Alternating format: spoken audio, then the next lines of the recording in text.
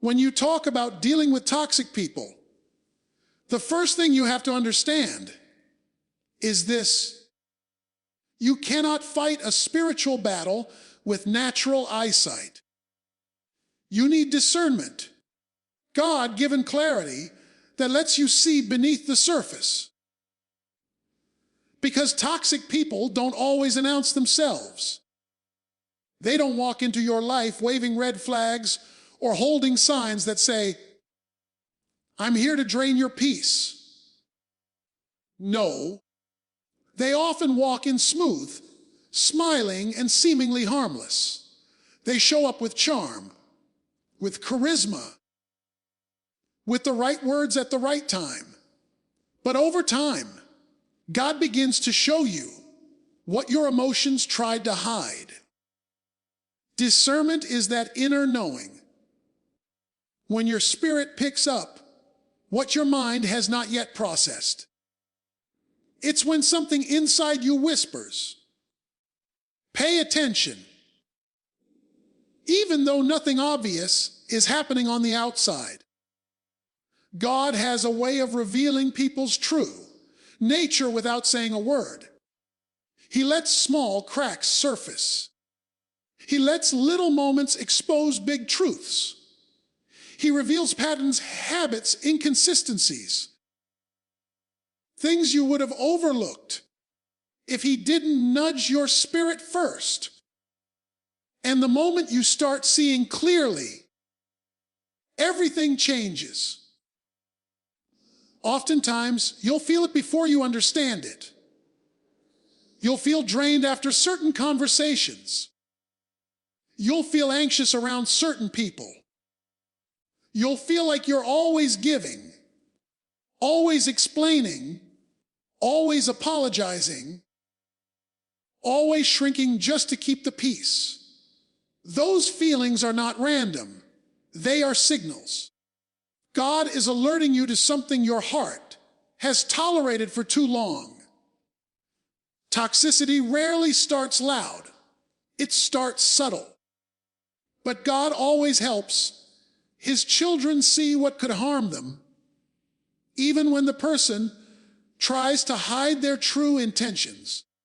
And the dangerous thing about toxic people is not just their behavior. It's the access you give them. Your heart is sacred. Your peace is valuable. Your purpose is too important to let anyone play with it. That's why the smartest way to deal with toxicity begins with recognizing it. With saying, "Lord, help me see what I need to see.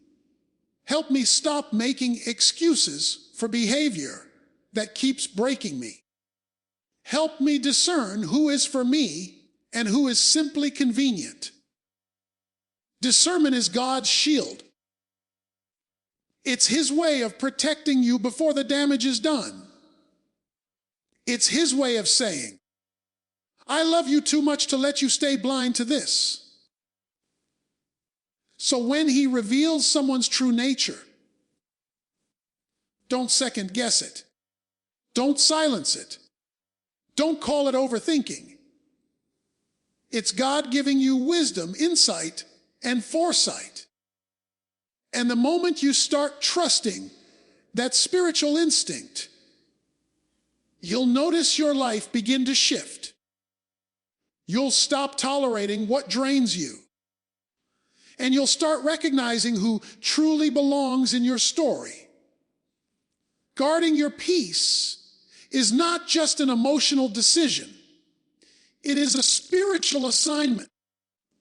God never designed you to live a life where your spirit is constantly under assault, where your joy gets siphoned off by someone else's negativity, where your purpose gets slowed down because someone keeps injecting chaos into your atmosphere. One of the biggest misunderstandings people have is thinking that setting boundaries makes them unkind, unloving, or unspiritual. But let me tell you something with authority. and truth, Jesus had boundaries. God establishes boundaries. Heaven operates on boundaries. Protecting your peace isn't selfish. It's obedience. There are some people you've let sit too close to your spirit. They've had access to your emotions, influence over your decisions, and proximity to your heart. Not because they earned it, but because you didn't want to offend them. But here's the reality. Every time you choose someone else's comfort over your own spiritual well-being, you're stepping out of alignment with what God wants for your life. God never asked you to keep toxic people happy. He asked you to guard your heart with all diligence, for out of it flows the issues of life. And this is where so many people struggle. They feel guilty for pulling back. They feel selfish for saying no. They feel mean for walking away. But you cannot keep sacrificing your emotional health on the altar of someone else's dysfunction. You cannot keep letting someone drain your peace and then wonder why you feel spiritually empty. Toxic people thrive in the space where you fail to draw the line. So when God gives you the strength to establish boundaries, He's not trying to make you distant. He's trying to make you whole. And here's what you need to understand. Boundaries are not walls that keep everyone out. They are doors that let the right people in and the wrong people out. You're not closing yourself off from love. You're closing yourself off from harm. You're not refusing connection. You're refusing chaos. Every time you choose to guard your peace, you're choosing to honor the God who placed that peace inside you. There will be people who get offended when you finally set boundaries, but that's only because your lack of boundaries once benefited them. When you stop allowing someone to use you, manipulate you, drain you, or control you, their true character comes to the surface. Let it come. Let it reveal. Let it test every bond. Because anyone who is truly for you will celebrate your peace, not sabotage it. The smartest way to deal with toxic people is to stop giving them permission to sit in places of your life they were never assigned to. You don't need their approval to protect your emotional sanctuary. You don't need their agreement to step into spiritual maturity. Guarding your peace is not a suggestion. It is a God-given responsibility. And once you understand that, you will no longer apologize for choosing peace over poison, clarity over confusion, and God's voice over anyone else's demands. Not every battle deserves your energy, and not every conflict is worth stepping into. Toxic people thrive on reactions. They feed on the chaos they create. They draw strength from your frustration, and they feel validated when they can pull you into their storm. But the smartest, most spiritually mature move you can make is to refuse to let them drag you into a fight that serves no purpose and produces no fruit. You don't have to respond to every insult, engage every argument, or justify yourself every time someone tries to twist your intentions. Silence can be a strategy. Distance can be protection. And peace can be your greatest weapon. There are moments when the most powerful thing you can do is simply not show up emotionally to the drama someone is trying to create. When you stop reacting, you take away their power. When you stop feeding their need for chaos, you expose their emptiness. When you stop trying to explain yourself to someone committed to misunderstanding you, you reclaim valuable energy that belongs to your purpose, not their dysfunction. You don't have time to wrestle with people who wake up every day choosing negativity. You don't have the emotional budget to constantly defend your heart against someone who doesn't want healing, only attention. And here's the truth. Spiritual growth requires discernment. It requires recognizing the difference between a situation God is calling you to confront and a trap the enemy is using to distract you. Some people aren't obstacles. They're detours. They don't block your path.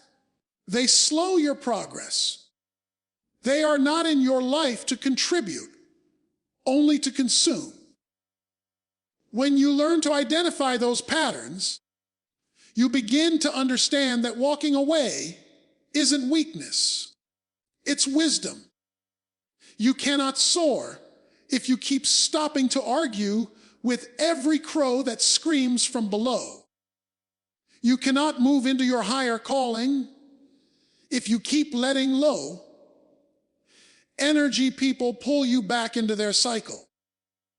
There will be individuals who test you, not because they want clarity, but because they want control. They push your buttons to see if they can still manipulate your mood. They poke at your peace to see if they can still unsettle your spirit. And the moment you choose not to react, you break their grip.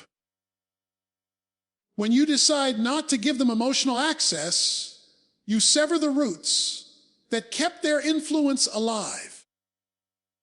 Sometimes the enemy doesn't need to destroy you. He just needs to distract you. Toxic people are often that distraction. Choosing not to engage doesn't mean you're avoiding responsibility. It means you're prioritizing your sanity and your spiritual direction. You're acknowledging that God has placed a calling on your life, too significant for you to waste it constantly battling with people who don't want resolution, they want domination. Refusing to engage isn't losing the fight. It's winning your freedom. It's stepping into maturity. It's acknowledging that your peace is far too precious to be sacrificed on battles that were never meant for you. You must understand that God never asked you to keep everyone in your life. Some people were only meant to walk with you for a season, not a lifetime. Yet we often hold on to relationships, friendships, and connections long after God has tried to move us on. We cling to people who drain us, break our spirit, and disturb the peace God is trying to build within us. But when God starts separating you from toxic individuals, that separation is not punishment. It is protection. He sees the motives you cannot see, hears the conversations you were never meant to hear, and knows the intentions they hide behind their smiles. When God removes someone from your life, He is not taking something from you. He is clearing the path for what He has prepared for you. There will be moments when you feel the urge to run back to the familiar, even if the familiar is hurting you. That's because the human heart often confuses comfort with safety. But some of the things you're comfortable with are the very things God is trying to free you from. Toxic people are like anchors. They keep you tied to a version of yourself God is trying to help you outgrow. They keep you circling the same emotional cycles, repeating the same frustrations, settling for the same disappointment. And God will never allow you to rise if you continue holding hands with the people who keep pulling you down. Sometimes the reason your spirit feels heavy is because you are carrying people God never asked you to carry. You were not assigned to rescue them, fix them, or absorb their chaos. You were assigned to grow, to heal, and to move forward. But toxic people will always try to convince you that your boundaries are an attack, that your distance is betrayal, and that your refusal to tolerate dysfunction is somehow wrong. That's because they benefit from your exhaustion. They thrive when you shrink yourself to accommodate their issues. But God is calling you into a season where you no longer sacrifice your peace to maintain relationships that were never meant to survive your elevation. You cannot step into a new level while staying connected to old poison. Growth requires pruning. Elevation requires release. You will never see what God has planned for you if you keep protecting what He's trying to remove. Toxic people only lose access when you stop giving them permission to disrupt your life. And when you finally detach from them, emotionally, spiritually, and mentally, you begin to see the clarity God was trying to give you all along. Your spirit becomes lighter.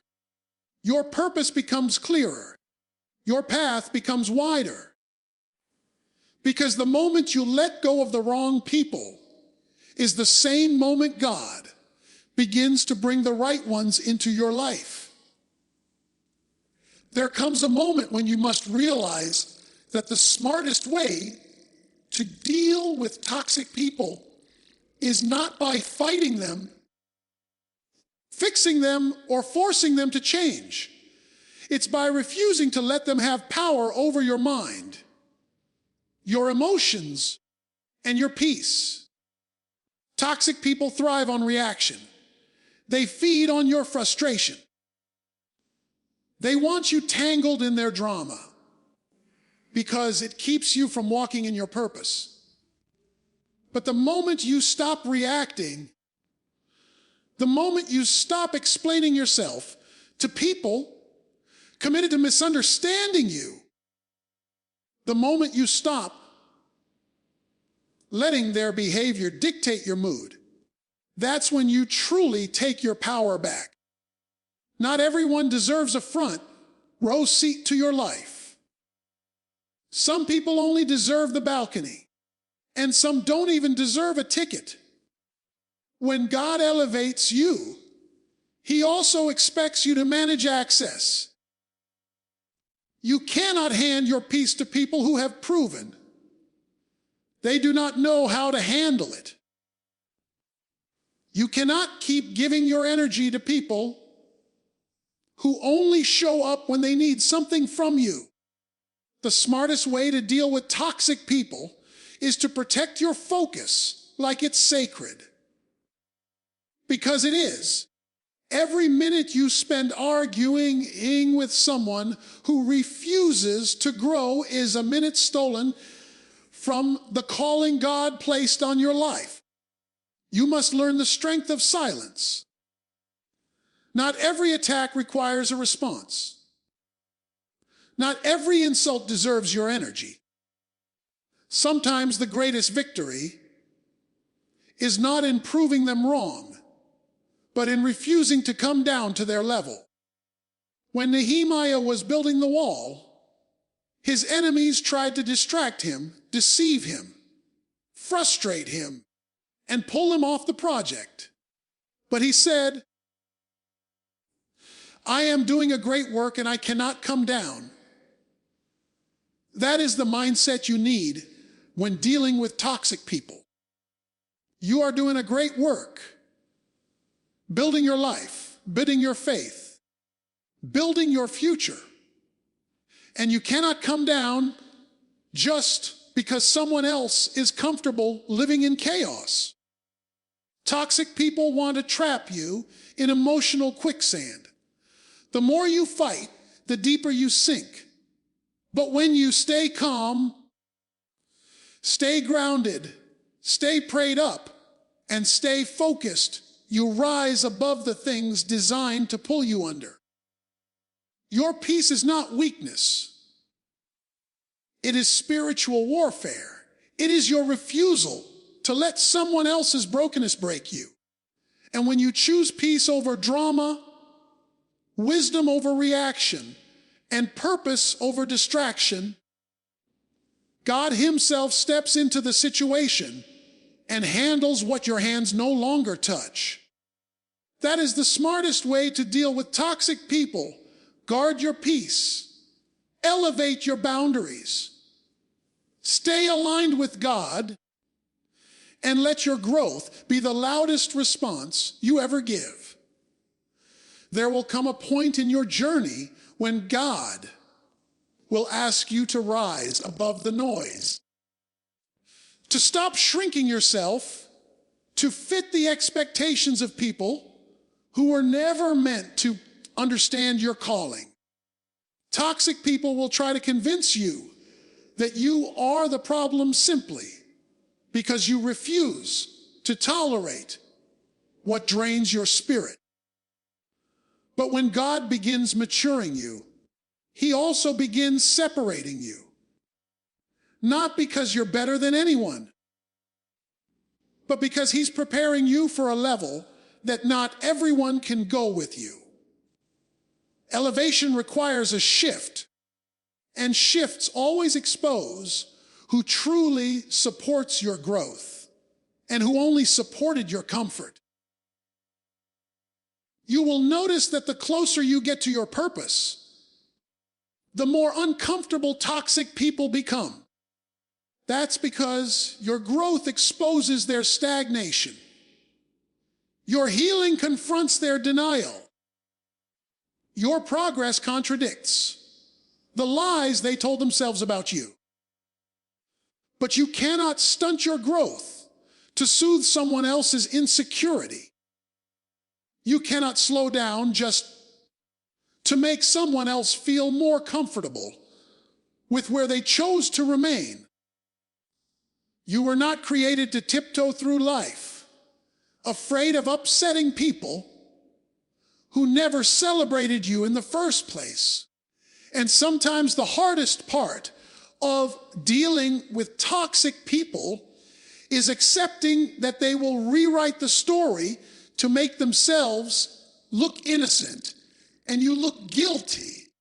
They will call your boundaries selfish, your healing arrogance, and your distance betrayal. But God sees it all, and He knows the truth that stays hidden behind closed doors. You do not need to defend yourself to people who are committed to misunderstanding you. You do not need to explain your decisions to those who would rather see you broken than see you blessed. Your peace is your answer. Your consistency is your evidence. Your growth is your testimony. When you finally choose to rise above toxicity, you begin to feel a strength you didn't know you had. Your prayers become clearer. Your mind becomes sharper. Your spirit becomes lighter. Because the weight of other people's negativity is no longer sitting on your chest. Toxic people don't just clutter your life. They cloud your vision. They confuse your discernment. They distract your direction. And when God removes them, clarity comes rushing back like fresh air after being trapped in a room with no windows. You may feel lonely at first. The silence may feel unfamiliar. But loneliness with God is better than company with chaos. Peace may feel strange at first because you're used to survival mode. But God didn't call you to survive forever. He called you to live, to grow, to thrive, to breathe again. And when you rise above toxic people, you step into a version of yourself that reflects God's power, not people's pressure. You finally become who you were always meant to be when you stop letting the wrong people tell you who you are